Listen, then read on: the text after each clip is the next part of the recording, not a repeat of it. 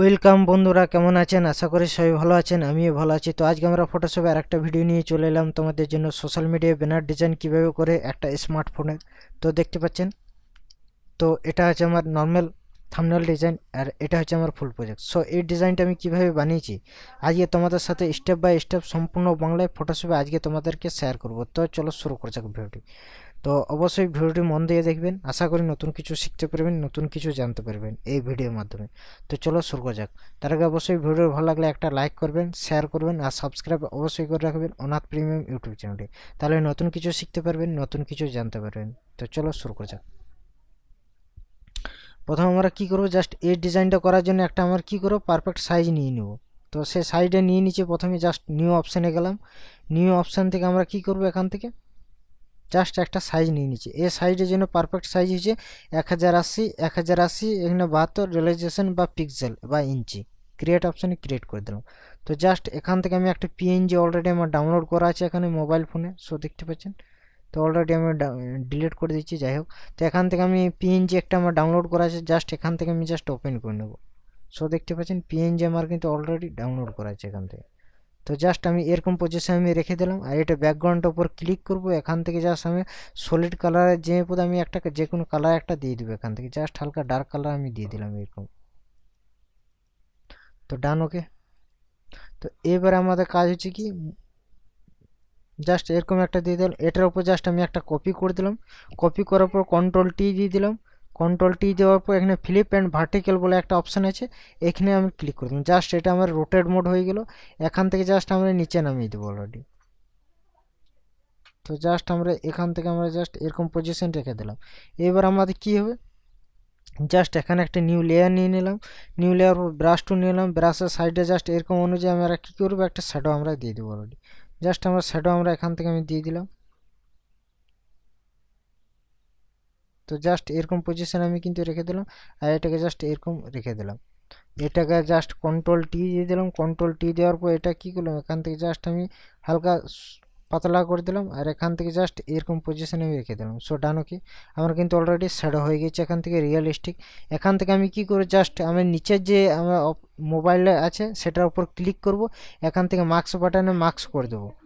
Just একটা marks করব, দুটো হয়ে গেলে এখান থেকে ডিলিট করে দেবো। এখানে সাদা থাকলে এখানে কালো। আর এখানে ব্রাশ টুল নিয়ে নেবো। ব্রাশের সাইডে জাস্ট আমি নর্মাল একটা ব্রাশ নিয়ে নিচ্ছি, সফট রাউন্ড ব্রাশ। ব্রাশের সাইজ জাস্ট 700 থাকবে। এখান থেকে জাস্ট আমরা এটার উপর ক্লিক করে দেবো অলরেডি। সো ডান, ওকে।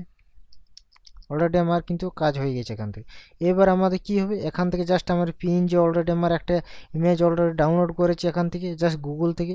জাস্ট সেই ইমেজটাকে জাস্ট ওখানে ওপেন করে নেবো। জাস্ট এখান থেকে এই একটা ইমেজ অলরেডি ডাউনলোড করা আছে এখান থেকে।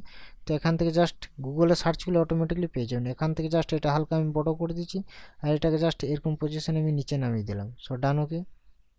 এই পজিশনে আমি জাস্ট রেখে দিলাম। তো কিছু ডিজাইনটা এরকম হয়েছে। তারপর আমরা কি করব, এখান থেকে জাস্ট আমাদের কিন্তু জাস্ট টেক্সটগুলো আছে, সেই টেক্সটগুলো আমি এখানে জাস্ট মুভ করে এখানে আমি নিয়ে চলে আসবো অলরেডি। জাস্ট মুভ করে এখানে আমি নিয়ে চলে এলাম। কন্ট্রোল টি দিয়ে দেবো। কন্ট্রোল টি দেওয়ার পর জাস্ট এরকম পজিশনে আমি এটাকে রেখে দিলাম। এটার মধ্যে আমি কিন্তু কালার যদি চেঞ্জ করতে চাই কোনোটা, তো এখান থেকে জাস্ট আমি স্মুথলিভাবে কালার কিন্তু চেঞ্জ করতে পারবো। যে কোনো কালার আমি চেঞ্জ করতে চাই, তো এখান থেকে কালার চেঞ্জ করতে পারি এখান থেকে। সো দেখতে পাচ্ছেন, যে কোনো কালার আমি যদি চাই চেঞ্জ করতে, তো এখান থেকে আমি চেঞ্জ করতে পারি। তো এখান থেকে যদি চাই যে আমি কোনোটা আমি নিচে নামাবো বা উপরে নামাবো, তো এখান থেকে আমি কিন্তু করতে পারি। সেটা আনুকে। তো আশা করি বুঝতে পেরেছেন। তো এখান থেকে যেটা আমাদের মূল কাজ হবে সেটা আমরা সেই জিনিসটা আমরা করবো এখান থেকে। তো ডান, ওকে। এখানে যেটা করব, এখান থেকে সবগুলো সিলেক্ট করব। এখান থেকে জাস্ট কন্ট্রোল শিফট অল্ট ই করে দিলাম। এখান থেকে জাস্ট যেটা আমাদের দরকার, এখান থেকে জাস্ট আমার ব্রাইটনেস অপশান চলে এলাম। এখান থেকে জাস্ট ব্রাইটনেসটা হালকা বাড়িয়ে দেবো। এখান থেকে জাস্ট কন্ট্রাস্টটা যেটা আছে কন্ট্রাস্ট হালকা এখান থেকে আমি কমিয়ে দেবো। আর এখান থেকে জাস্ট ব্রাইটনেসটা আমি বাড়িয়ে দেবো। জাস্ট এটা নর্মাল 5 রাখলাম, এটা -10 রাখলাম, এটা -20 করে দেবো। এখানে -20 করে দিলাম।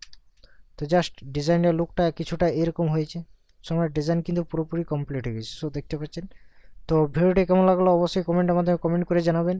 এরকম নতুন নতুন টিউটোরিয়াল আপনারা শিখতে পারবেন বা জানতে পারবেন ফটোশপের। তো চলো আরও নেক্সট টিউটোরিয়ালে আরও অ্যাডভান্স লেভেলে ভিডিও নিয়ে আসবো তোমাদেরকে। তো আশা করি নতুন কিছু শিখতে পারবেন বা নতুন কিছু জানতে পারবেন। তো চলো নেক্সট ভিডিও তাড়াতাড়ি নিয়ে আসবো। আর এই ভিডিওটি বারবার প্র্যাকটিস করবেন ডিজাইনটা শেখার জন্য, তাহলে বিশেষ কিছু শিখতে পারবেন, বিশেষ কিছু জানতে পারবেন। তো চলো নেক্সট টিউটোরিয়াল খুব তাড়াতাড়ি নিয়ে আসবো। ভালো থাকবেন, সুস্থ থাকবেন, আর ভিডিওগুলো বারবার প্র্যাকটিস করবেন। আজকের ভিডিওটি এতটুকুই ছিল।